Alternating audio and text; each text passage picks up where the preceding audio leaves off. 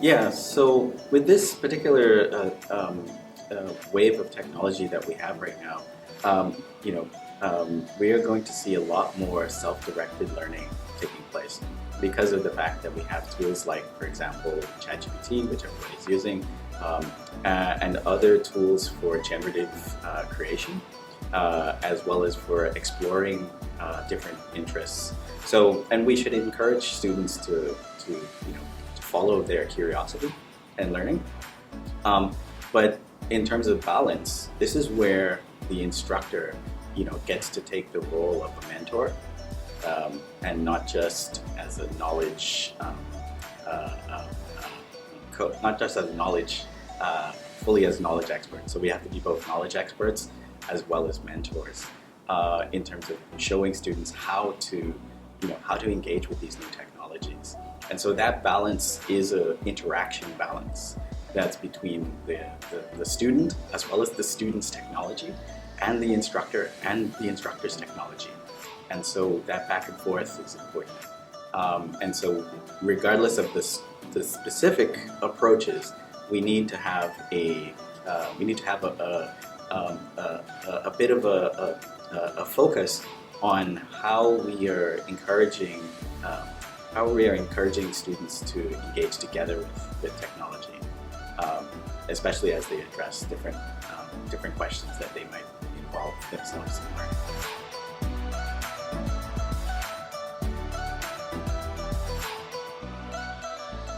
So I think that one of the key things is to encourage students to be both the creator as well as an informed consumer of the technology, because by going through and learning hands-on with technologies, the students are going to get an in-depth insight into just what is capable, and that means both in terms of both consumption of media, that if we're thinking about generative technologies, but as well as just the core possible use cases, and so which means that that's going to foster a different approach to critical thinking for those students. So being able for students to gain an insight into just what is possible when they use a particular technology is going to be key in this question.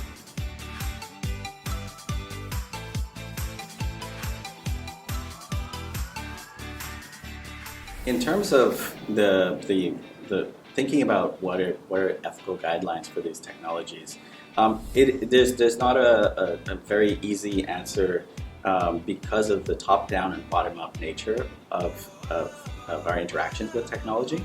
And so we need to have an approach that is both top-down and bottom-up. So we need to have a very broad lens of perspectives involved in how we are going to look at how someone is going to both use and consume these different forms of technology.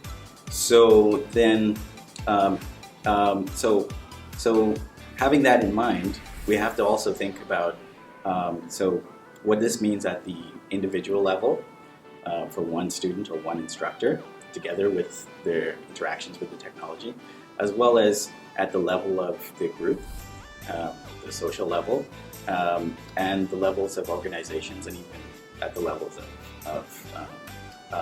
at the larger social level. So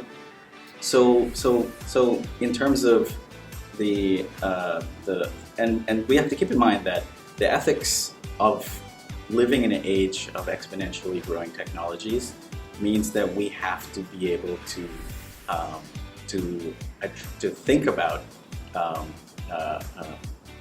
about things through this lens, where the landscape is changing, and that's going to be the backdrop for the next few paradigms that we're going to live through. The landscape is constantly changing, so that means that our ethical conversation needs to be able to accommodate that change at every cycle of that change. So effectively, and when we want to engage different individuals across different levels of interaction with that space, we need to say, okay, we have to provide people with access to this technology at a very broad set of levels, so that they can engage with this new ecosystem, right?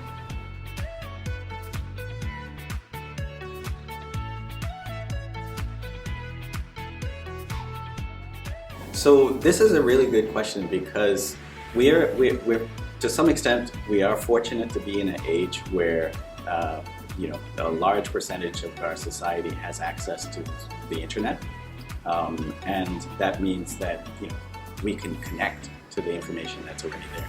That means that we're going to be aware of the capabilities of some of these technologies. What we really want is that we will be hands-on aware, and we want to get a really in-depth learning of how to apply and engage and master these tools. Now, even if we don't have that full hands-on access, we need people to be shown, what is possible with the technology, because once you're aware of what is possible, you can make connections to get access to different things when such opportunities arise. Now, of course, we would like to provide as many opportunities as possible for different forms of learner interaction with these technologies. And if we cannot, then we want to, at the bare minimum, we want to make sure people know, hey, these are the tools that you have today, and this is what is going to be possible with these tools, and that hopefully should allow for. We just want people to have the insight in as many ways as possible, and if they can have that insight, eventually, people will be able to kind of overcome different challenges, and that's one of the things that these technologies are for.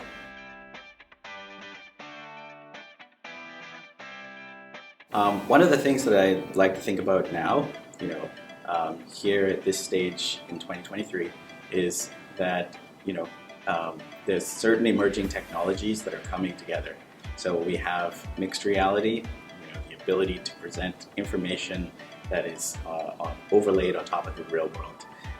We have artificial intelligence, the ability to kind of make sense of data in certain ways, in both the ability to understand what might be the underlying patterns of that data, but also to generate and predict new patterns within that data. So that AI space is happening, and it's happening across multiple modalities. So not just text, not just images, audio, just all media, and so together with where these technologies meet the real world through things like the Internet of Things. So these paradigms are all advancing at the same time, and they're going to converge. And so, for me, at this stage where we are in 2023, we know that in a very short period of time, between 2020, maybe in 2026, 2027, we're going to see where this technology goes from being early adopter, niche, maybe a little bit, maybe we have a little bit of unknowns and uncertainty about how to use it, to a period where, it's just the norm. And that's where, new forms of education, new forms of interaction, self-directed learning are going to come together. And we need today to prepare ourselves for how to guide students through that landscape. And to some extent, edutech is an opportunity to kind of welcome that change, right? To welcome the conversation. So I'm excited with that, and I've been excited to hear a lot of the conversations that people have been having.